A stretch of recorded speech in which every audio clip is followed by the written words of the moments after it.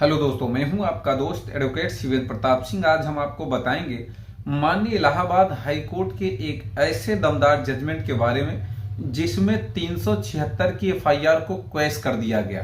कहने का मतलब ये कि अगर सहमति से संबंध बन रहे हैं, यानी कि लंबे समय से सहमति से संबंध एक दूसरे के बन रहे हैं, तो ऐसे मामलों में 376 अप्लाई नहीं होती है। इस विषय पर दमदार जजमेंट माननीय इलाहाबाद हाई कोर्ट के द्वारा दिया गया और जिसमें एफआईआर को क्वैश भी किया गया। जानेंगे सबसे पहले केस की डिटेल आप जान लें। 482 नंबर 6789/2019 ये रिजर्व किया गया ऑर्डर 21/8/2024 डिलीवर्ड किया गया 1/10 यानी कि 1 अक्टूबर 2024 का ये जजमेंट है। श्रेय Gupta versus state of UP. इस मामले में शादी का वादा करके बलात्कार के आरोप थे अभियुक्त पर, महिला द्वारा लगाए गए थे। इसमें माननीय इलाहाबाद हाई कोर्ट ने 4 ऐसी बातों पर विशेष ध्यान दिया जिनके तहत एफआईआर को क्वैश किया गया। अब वो 4 बातें वो क्या थी, इसके बारे में भी आपको जानना बहुत जरूरी है।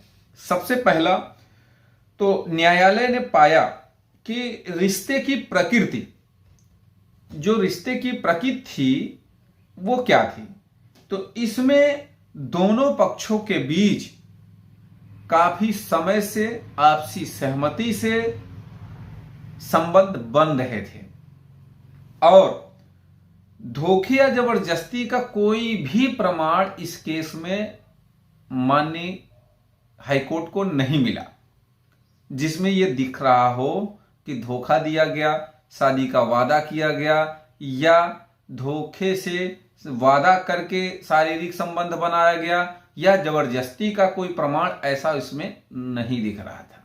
जो कि लंबे समय से आपसी सहमति ये दिखाती है या लंबे समय से संबंध यह दिखाता है कि सहमति से संबंध बन रहा था और सहमति से संबंध अगर बनता है तो यह धारा 375 आईपीसी जिसमें रेप को परिभाषित किया गया है उसकी श्रेणी में नहीं आता, रेप की श्रेणी में यह नहीं आता है। अब दूसरी बात ये रिश्तों का संदर्भ। अब रिश्तों का संदर्भ का मतलब क्या है कि इस केस में जो पीड़िता थी, महिला थी, उसके 2 बड़े बच्चे भी थे और अभियुक्त शादीशुदा नहीं था।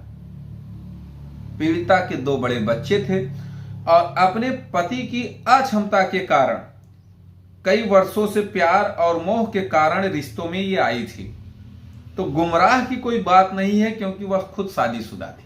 कहने का मतलब ये, जो औरत स्वयं शादीशुदा हो, उसके 2 बड़े बच्चे भी हैं, ऐसी स्थिति में उसको कोई गुमराह कर ले, ये बात कोर्ट को ठीक नहीं लगी, जिसके कारण एफआईआर को क्वैश किया गया। अब तीसरी जो इंपॉर्टेंट बात ध्यान दी गई माननीय न्यायालय द्वारा, शादी का वादा।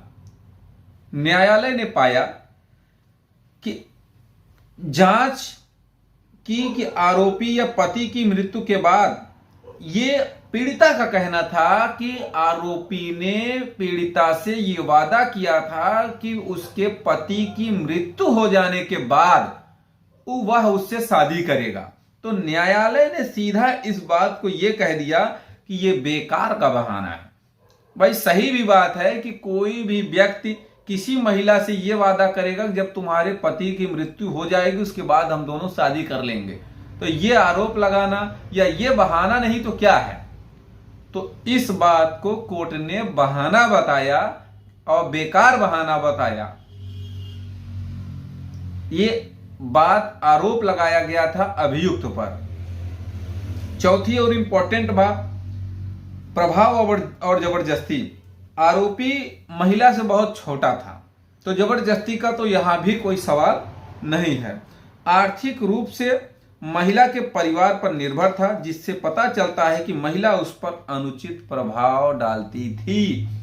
वो लड़का या वो अभियुक्त आर्थिक रूप से कमजोर था और उसके परिवार पर निर्भर था, जिससे उसका फायदा उठाया जा रहा था उस महिला द्वारा या कहें उस पीड़िता द्वारा। महिला की सहमति से संबंध बना था, जबरदस्ती के दावों का खंडन किया गया। माननीय न्यायालय ने जबरदस्ती का कोई प्रमाण नहीं पाया और एफआईआर में पर्याप्त सबूत नहीं थे और कॉल रिकॉर्डिंग महिला के आरोपों का समर्थन नहीं कर रही थी, जिससे कि बलात्कार का कोई प्रमाण नहीं था। ऐसी स्थिति में पूरे एफआईआर को चार्जशीट सहित क्वैश कर दिया गया। उम्मीद करता हूं, आशा करता हूं आज का यह वीडियो आपको बेहद पसंद आया होगा। अगर वीडियो पसंद आए तो वीडियो को लाइक करें, शेयर करें। यूट्यूब चैनल SP 72 कानून प्रयागराज को जरूर सब्सक्राइब करें। कोई भी सवाल शेष रह गया है तो स्क्रीन पर चल रहे नंबर पर फोन करके जानकारी ले सकते हैं। अगर यह जजमेंट आपको चाहिए, यह ऑर्डर चाहिए आपको, तो आप स्क्रीन पर चल रहे नंबर पर व्हाट्सएप करके पार्टी नेम बताकर आप इस जजमेंट को प्राप्त कर सकते हैं।